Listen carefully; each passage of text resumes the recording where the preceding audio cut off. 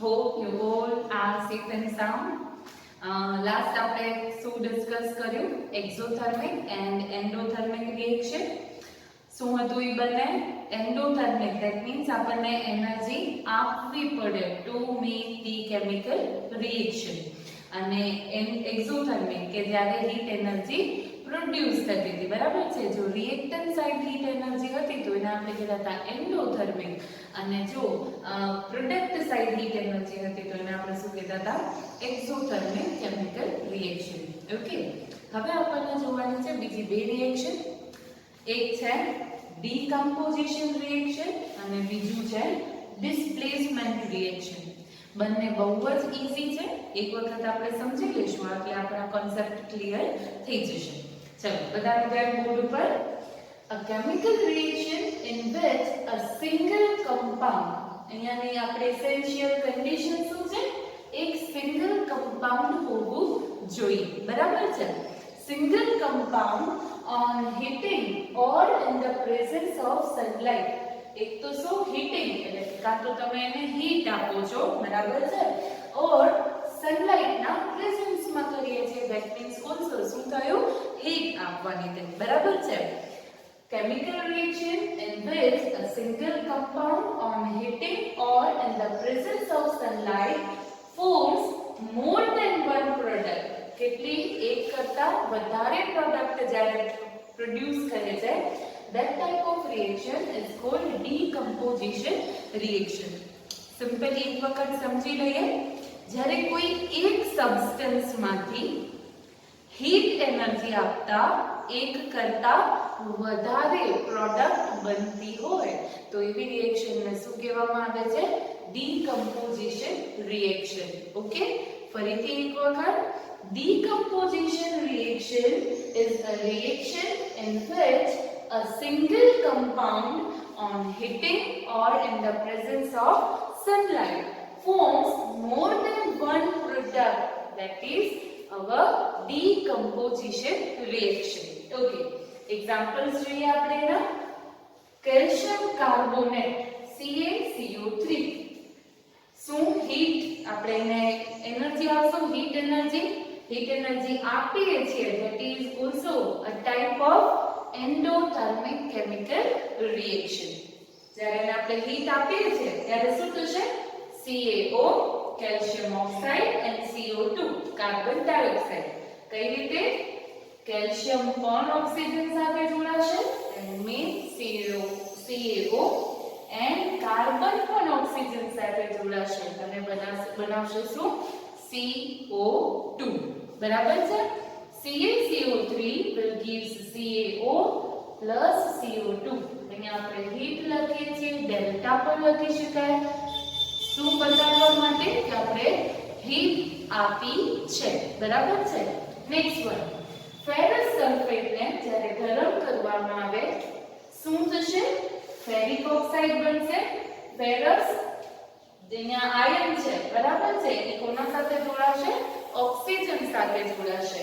અને સલ્ફર પણ ઓક્સિજન સાથે જોડાશે. પણ અહીંયા તમે જોશો તો સલ્ફર ડાયોક્સાઇડ અને સલ્ફર ટ્રાયોક્સાઇડ ના ફોર્મમાં છે, બરાબર છે. અહીંયા બંને સલ્ફરની વેલેન્સી કેવી છે? ડિફરન્ટ છે. ઓકે, એક વખત આખો ક્વેશ્ચન ફરીથી જોઈએ છે. What is meant by decomposition reaction? Give examples. Okay, ફરીથી એક વખત જોઈ લઈએ. જ્યારે કોઈ સિંગલ કમ્પોનન્ટમાંથી એક સિંગલ રિએક્ટન્ટને તમે હીટ આપો છો અથવા તો સનલાઇટના પ્રેઝન્સમાં જ્યારે પ્રોસેસ કરાવવામાં આવે ત્યારે જો એક કરતા વધારે પ્રોડક્ટ બનાવે તો એને શું કહેવામાં આવે છે? Decomposition reaction. આપણે ડેફિનેશન છે એટલે ટુ ધી પોઈન્ટ હોવી જોઈએ. આપણે ટુ ધી પોઈન્ટ યાદ રાખવાનો પ્રયત્ન કરશું. A chemical reaction in which a single compound on heating or in the presence of sunlight forms more than one product, that is called decomposition reaction. Examples જોઈ લઈએ આપણે એના. CaCO3, calcium carbonate in the presence of heat, calcium oxide and carbon dioxide, same ferrous સલ્ફેટને ગરમ કરો છો તો ferric oxide Fe2O3 sulphur dioxide અને સલ્ફર ટ્રાયોક્સાઇડ મળશે. ઓકે, ખ્યાલ પડે બધાને? ઓકે, નેક્સ્ટ ક્વેશ્ચન માં આવીએ છે. That is our displacement reaction. Displacement reaction બહુ જ ઈઝી છે.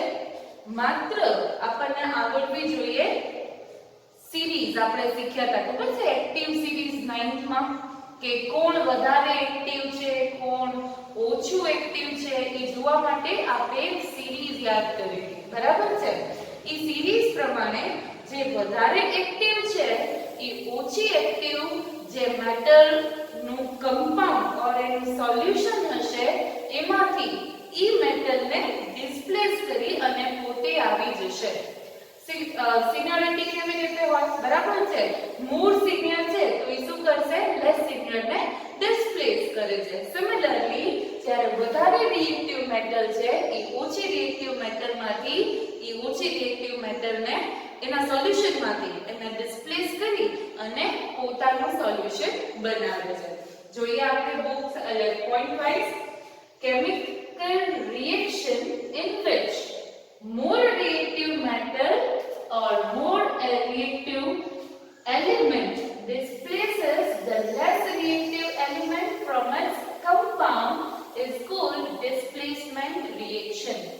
જ્યારે વધુ સક્રિય ધાતુ, વધારે એક્ટિવ ધાતુ ઓછી રિએક્ટિવ મેટલ છે એના સોલ્યુશનમાંથી એને ડિસ્પ્લેસ કરી અને પોતે જશે, પોતાનું સોલ્યુશન બનાવશે. એક્ઝામ્પલ થી બહુ ઈઝીલી યાદ રહી જશે. પહેલા આપણે સેકન્ડ એક્ઝામ્પલ જોઈએ છે.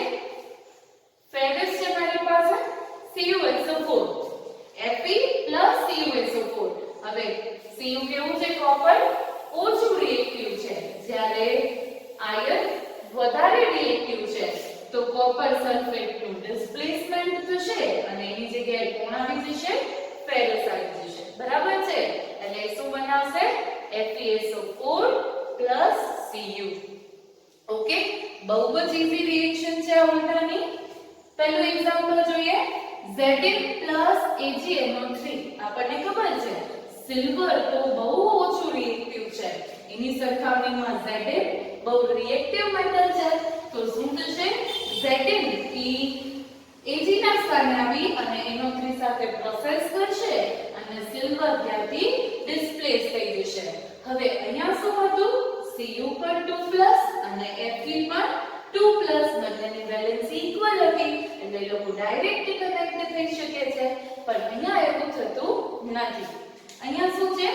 Zn માટે વેલેન્સી આપણે લખીએ છીએ Zn2+. AgNO3 ના હું બાદ કરું તો શું બનશે મારી પાસે? Ag+1 NO3 -1. હવે આપણને ખબર છે અટ્રેક્શન ઓલવેઝ પ્લસ ને કેનું હશે?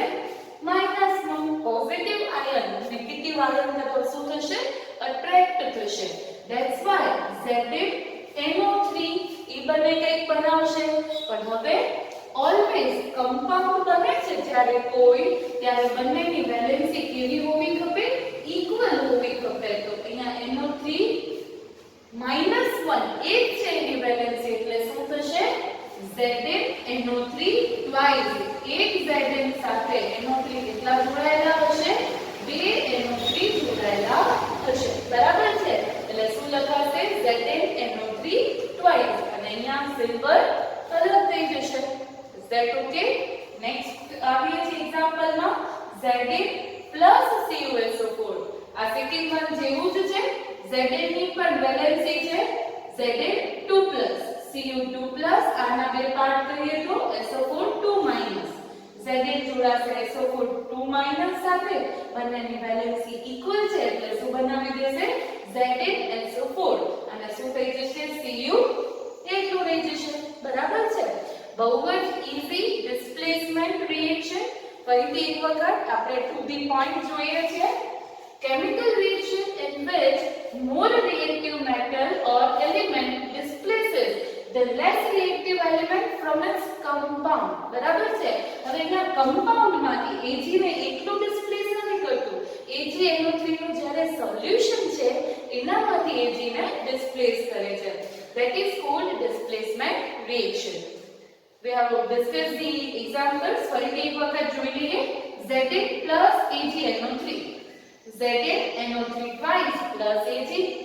Fa plus CuSO4, FeSO4 plus Cu, and Zn plus CuSO4, ZnSO4 plus Cu. Okay. અહીંયા બે રિએક્શન આપણે લઈએ છીએ. બંને રિએક્શન બહુ ઈઝી છે, આપણે એને વ્યવસ્થિત રીતે સમજી લીધી છે. આજે હોમવર્કમાં આ બંનેને આપણને નોટ બનાવી યાદ કરવાનો પ્રયત્ન કરવાનો છે. આવતીકાલે ફરીથી બે નવી રિએક્શન સાથે આગળ જશું. Thank you.